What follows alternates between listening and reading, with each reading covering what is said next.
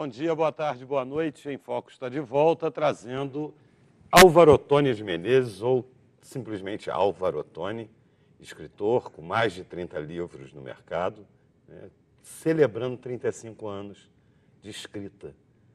Prazer te receber aqui, Álvaro. Prazer inenarrável estar com você sempre. Eu sou seu fã. Eu também, então fica verdadeiro. Álvaro, como é que surgiu Friburgo na sua vida? Pois é, Friburgo surgiu em 1990, 91, né?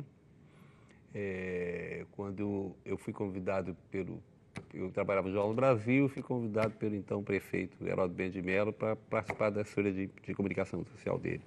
Então, morei aqui 3 anos, aqui nasceram já vim com a Carolina, minha filha mais velha, Cacá, e aqui tive mais 2 filhos, Elisa e Fábio, né?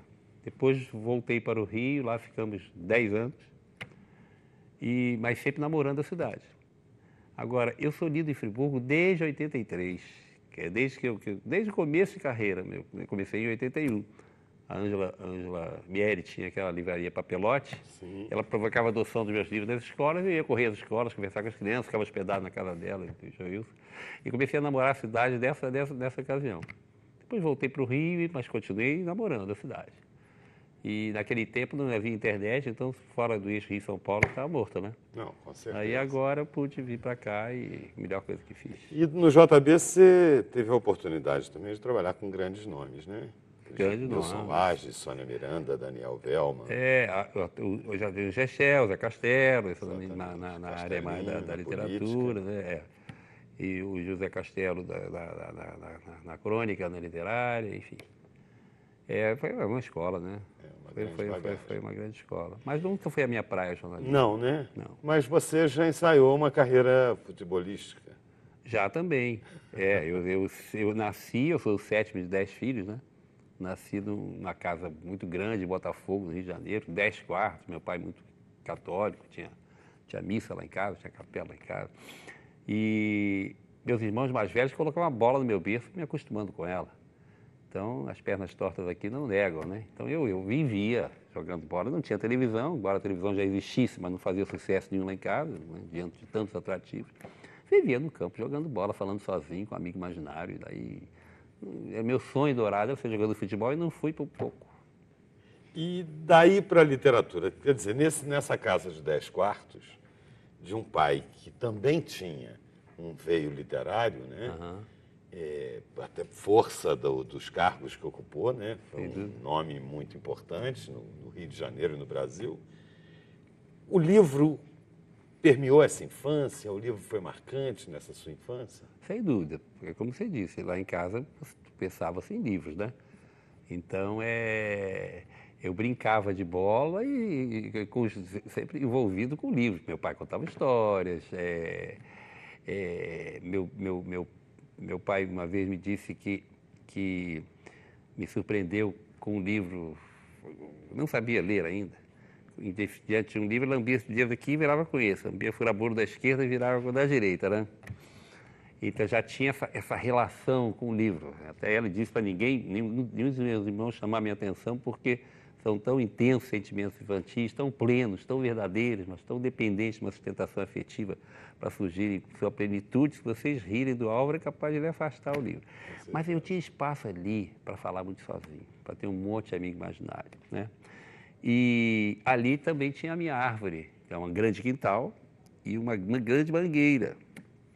Da tristeza pela vida da casa. Inspirou ao clássico, que é A Árvore que Fugiu do Quintal. Está na sua 22ª edição, né? E que tem pontuado a história de muitos jovens, né? De muitas gerações, né? Pois é, a árvore que me lançou. Eu nunca pensei que ia trabalhar com criança, Davi. Porque, olha só, existe um mito que é Monteiro Lobato, né? Na sua geração, na minha geração, ler Monteiro Lobato era o máximo, ou um Orígenes Lessa, com Memórias de Cabo de Vassoura, né? Depois é que surgiram os grandes nomes, Ana Maria Machado, Ruth Rocha, Silvio Ortoff, né?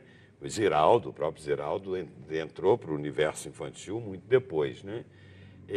Você leu Monteiro Lobato?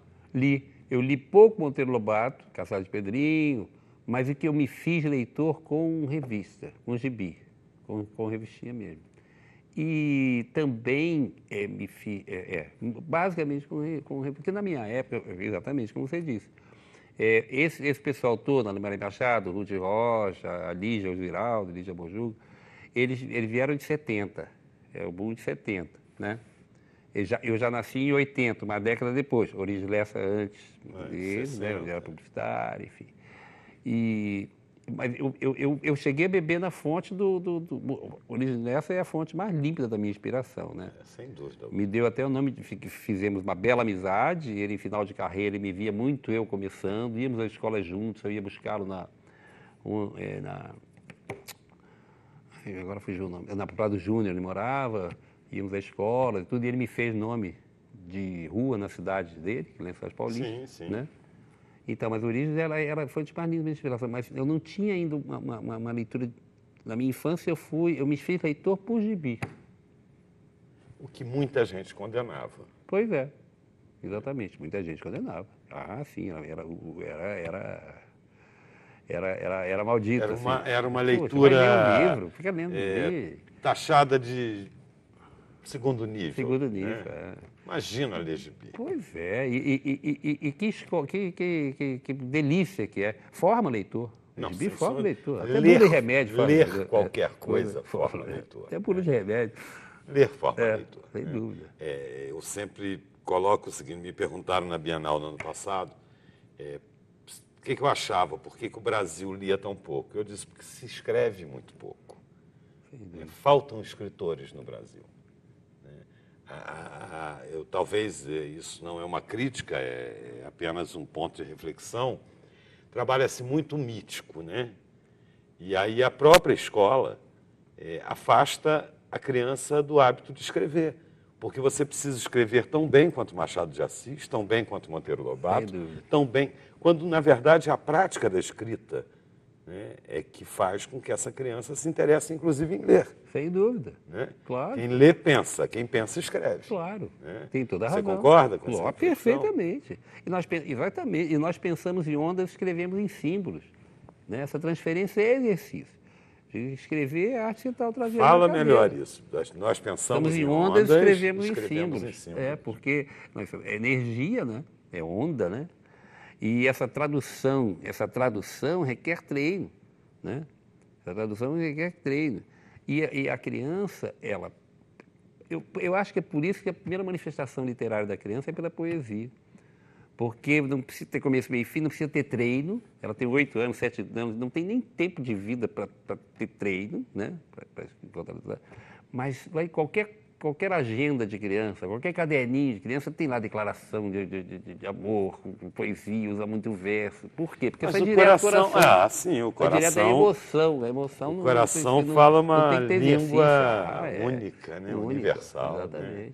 Não tenha dúvida. Eu comecei pela poesia. Pois é, escritor eu também. Eu lancei meu primeiro livro, chama-se Cantarolando, da geração mimeógrafa, Nuvem Cigana, no Rio de Janeiro, vendendo de bar em bar, eu e Ângela, que minha mulher, saímos. Que era um movimento final dos anos 70. Era um movimento final dos anos 70. Tinha um grande movimento literário na praia. Sem dúvida, foi em 73 que eu lancei o livro. Exatamente. E vendia pelo Baixo Leblon, essa coisa toda, poesia, chama-se Cantarolando. Jamais, eu praticava poesia. Jamais pensei que ia escrever para criança. Nunca pensei. Quando meu pai vendeu a casa, da tristeza pela perda da casa, veio se essa árvore soubesse que ia ser cortada e pudesse fugir, veio o livro. Mas eu ouço frequentemente assim, que escrever para criança é mais difícil. Você acha que essa afirmativa... Eu não acho, quer dizer, você escreve muito bem para criança, você é um grande escritor, sabe disso. Davi, agora eu pergunto, eu escrevo para criança que Freud explica, acho, porque me deixaram ser criança para valer. Me deixaram se esgotar a minha criança. Né? Eu não tinha influência nenhuma do mundo externo. Eu falava sozinho, tinha direito de falar sozinho, fui amigo imaginário. Eu fui criança para valer. Então, escrever para criança, eu acho que é uma maneira de resgatar a criança que existe e resiste dentro de mim e também preservar, procurar. Esse diálogo com criança, nós conhecemos pelas crianças que te permitiram ser também. Sim, né? com certeza. Da tua infância lá em Cataguases. Né? Eu nasci em Cataguases e vim rápido para cá, né? Mas eu tive uma infância aqui muito rica também. Eu tinha uma mãe que era da biblioteca municipal. Claro. Né? O livro era o alimento nosso de cada dia. Pois é. Né? E não era uma coisa simples, era uma coisa obrigatória. Né? É preciso ler. Né? Existia esse pensamento muito forte. Né? Eu vou pedir a sua licença, vou chamar um intervalo comercial e a gente volta no próximo bloco.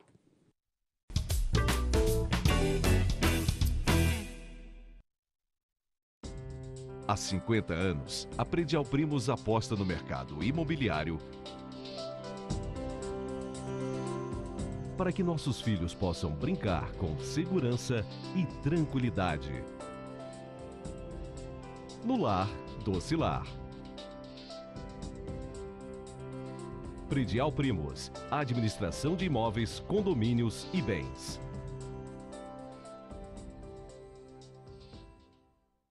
Todo mundo sabe como acabar com o mosquito Aedes aegypti. Essa responsabilidade é toda sua, na sua casa, na sua rua, no seu bairro. Para acabar com o mosquito Aedes aegypti, a gente precisa de você. Visite todos os seus vizinhos e ajude a conferir vasos, garrafas, caixas d'água e demais locais que acumulam água e permitem a proliferação do mosquito que transmite dengue, chikungunya e zika vírus. A responsabilidade de acabar com esse mosquito é toda sua. Convoque seus vizinhos e mãos à obra. Comece hoje.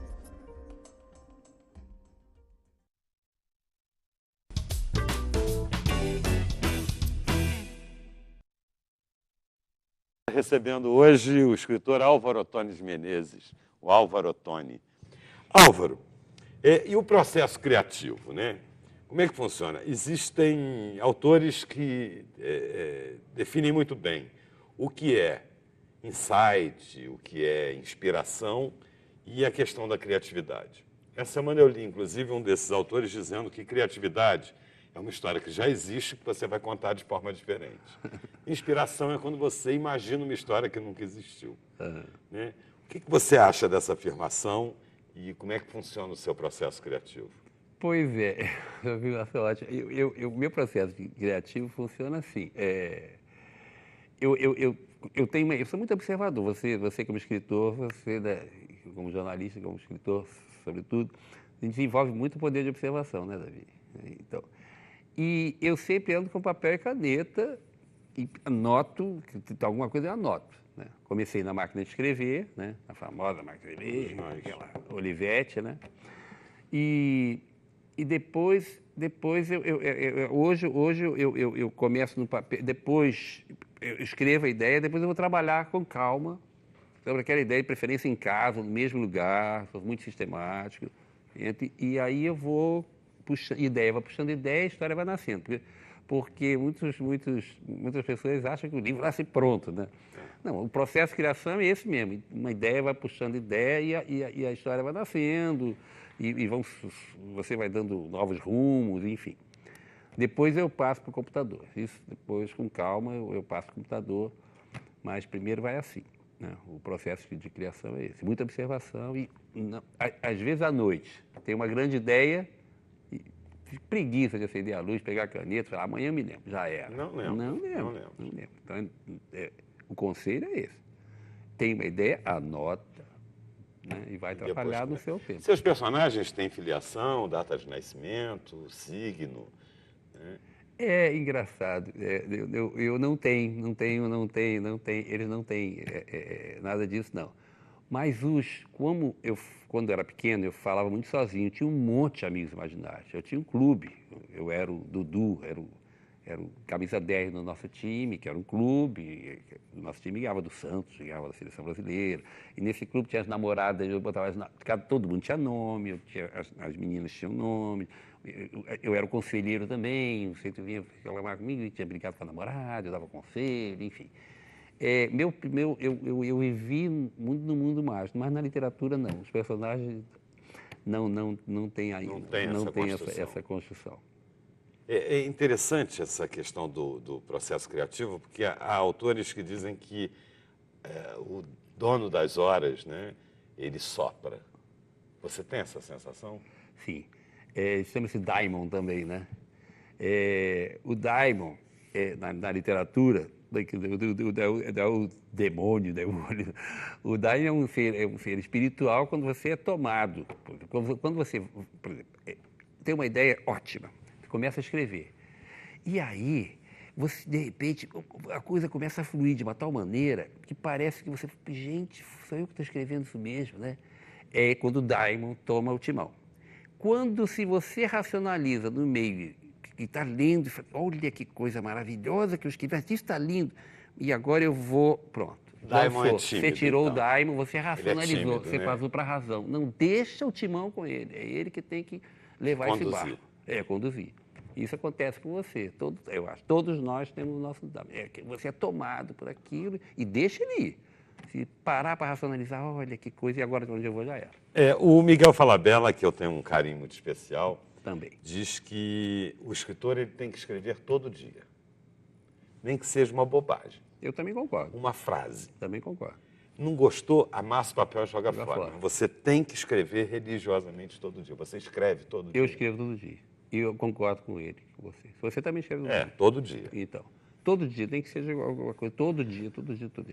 E Parece olha, psicose. parece psicose, exatamente. Mas, olha, se você passa um tempo sem escrever, por razão, você vai participar de um seminário de leitura, que você não tem tempo de escrever 2 dias que seja, você sabe que... Perde quando a gente mão, pensa, né? Perde a mão. Perde a mão. Exatamente, a fêmea teve isso. Parece que houve um engarrafamento de ideias. Você volta engarrafamento de ideias, começando a engarrafar, o que houve? Daí não se afasta. E reescrever. Eu vejo que é um hábito muito comum entre os escritores, escrevem e reescrevem. Né? Alguns Ingrid Zavarese, por exemplo, diz que escrever é reescrever. Sim. Né? Você reescreve? Não só reescrevo, como releio os livros.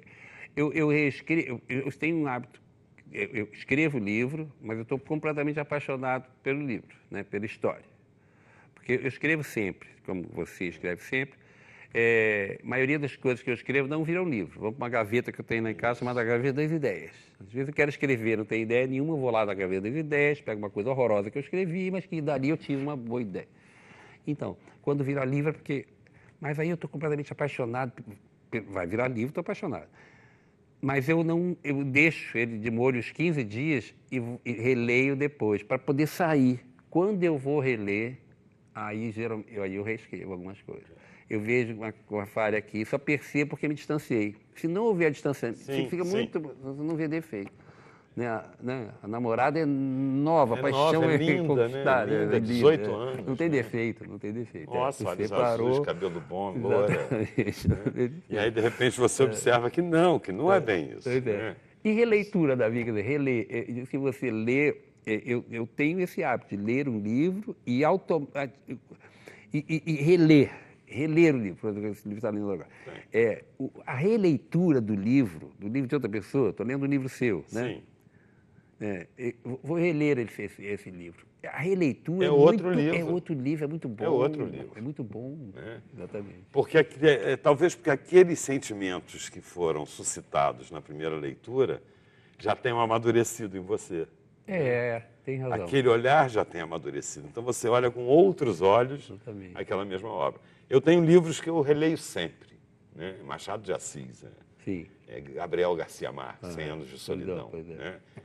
Porque eu também, com essa observação, a gente extrai muito. Talvez o autor que disse que criatividade é uma coisa, insight é outra, tenha falado desse aspecto, né? Sim. Que quando você lê a obra do outro, você extrai algumas coisas que se transformam numa nova obra, muitas vezes. Sem dúvida. Né? Sem dúvida. Quer dizer, agora, a gente... como é que é essa sua percepção? Você imaginava que uma árvore da sua infância, que fazia parte de um mundo tão seu, porque era um personagem de um mundo seu, Sem dúvida. pudesse chegar à 22ª edição e ganhar o é. Brasil e o mundo? Nada. De jeito nenhum, tanto que me assustei. Como eu jamais pensei que ia trabalhar com criança, eu vendi 15 mil livros em um mês e meio, porque a Paula Saldanha tinha um programa na Globo, Globinho me adotou. Eu apaixonado pela árvore, foi os primeiros livros ecológicos no Brasil, abordar o tema ecologia, que inclusive o próprio termo ecologia era um termo novo, que chamava ciência natural, né? Enfim, e aí a editora começou a me pedir outro livro, e eu fiquei com muito medo de ser autor de um livro só para criança. E de que ano é a árvore? 81. Por isso, 81. eu e a árvore completamos 35 anos. de 1981. 1981. 11 anos depois, o livro era um sucesso ainda, quando o Rio de Janeiro parou para a Eco 92. 92. E a Árvore foi, você O assistiu. livro símbolo da Eco 92. E a Árvore foi apresentado no teatro durante a Eco 92. Isso aí. Mas eu Primeira quase, eu montagem. fiquei com muito medo de ser autor de um livro só, quase pedindo perdão para a literatura. Eu juro que eu não escrevo outro, isso só foi um desabafo da minha infância, porque a Árvore é muito minha infância. Né? O seu é uma árvore com muitos galhos e que dão muitos frutos e muitas flores. Eu tenho uma formiga que eu não consigo ir para o formiga, segundo. sou né? formiga, exatamente. Nós vamos chamar outro intervalo comercial e voltamos em instantes com Em Foco.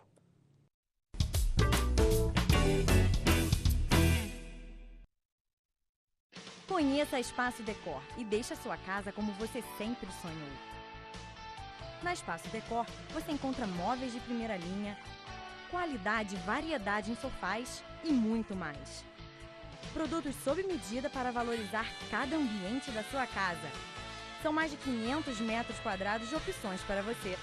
Pronta entrega e montagem rápida em toda a região. Espaço Decor. Móveis que decoram a sua casa. Para baixar o aplicativo da TV Zoom, entre na Google Play se o seu dispositivo for Android ou na App Store se você estiver usando o iOS. No campo de busca, digite TV Zoom e ache o nosso ícone. Clique no botão para baixar e aguarde a instalação. Pronto! O seu aplicativo TV Zoom já está pronto para você usar.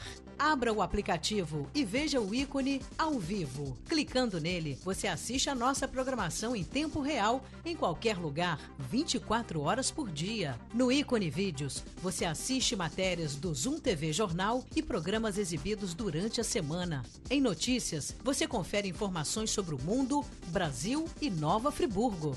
E no botão Envie, você pode nos enviar fotos e vídeos diretamente do seu celular ou tablet. Baixe agora e descubra muito mais opções no seu aplicativo TV Zoom.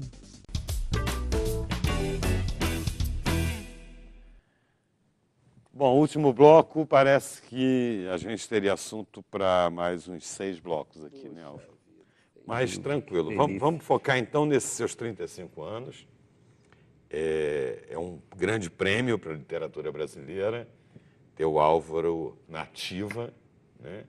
Depois de tantos trabalhos lindos, tem a do Peixe que eu amo. O Peixe que não sabia nadar. O Peixe que não sabia nadar, né? É um texto maravilhoso. Tem um outro texto seu que eu adoro, que deveria ser obrigatório em todas as escolas do município, que é sobre a colonização de Friburgo. Nova Friburgo, assim nasceu Nova Friburgo. Né? Que é um belo trabalho. Mas a árvore deu muitos frutos. Sem dúvida. Né? E a árvore te deu um grande presente nesses 35, que é uma remontagem teatral, né, com novas canções, né, do qual a sua filha faz parte do elenco. Eu não posso assistir a peça que eu choro. Sempre.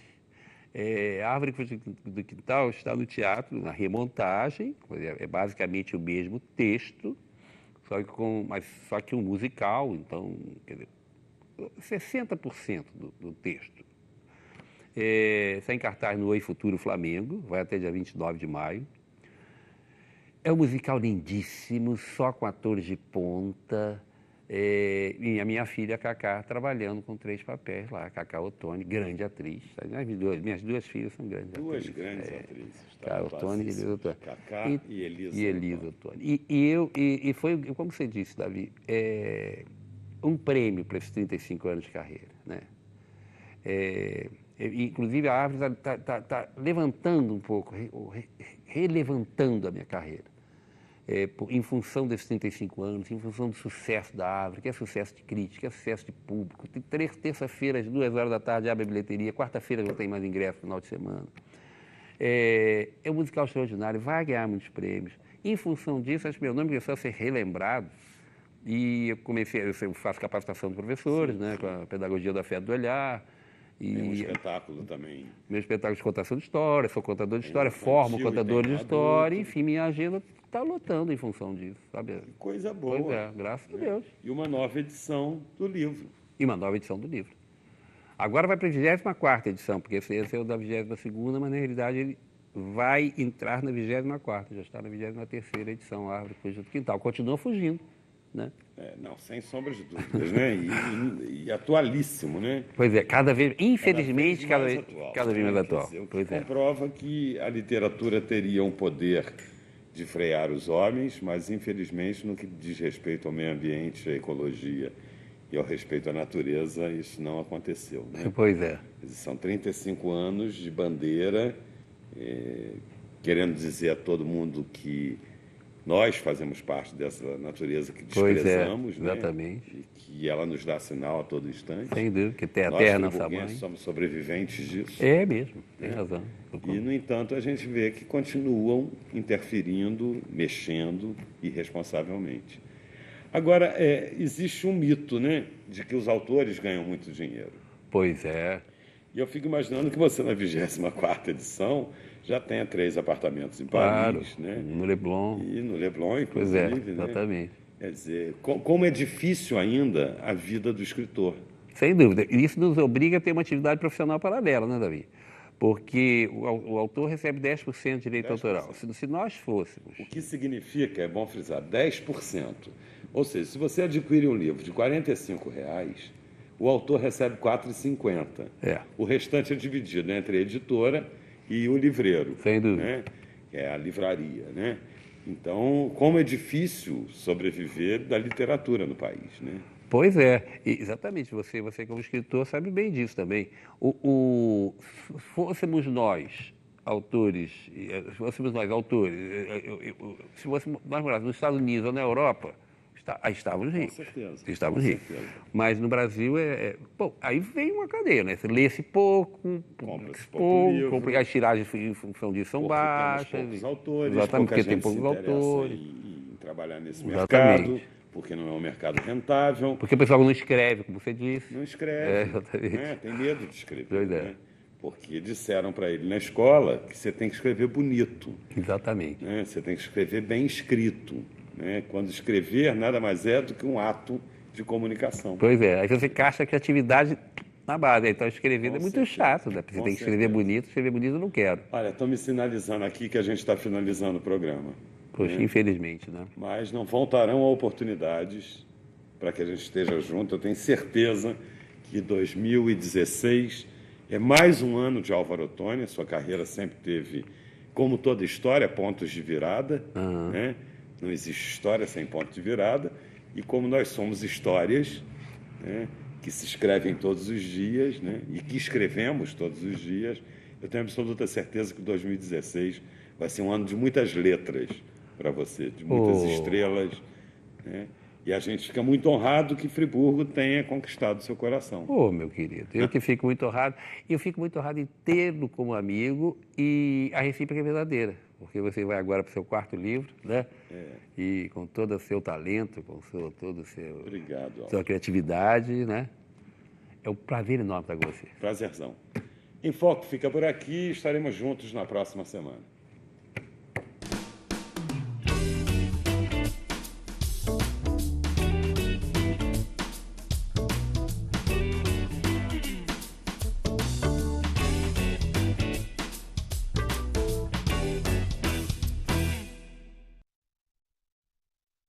Este e outros programas você assiste no aplicativo TV Zoom.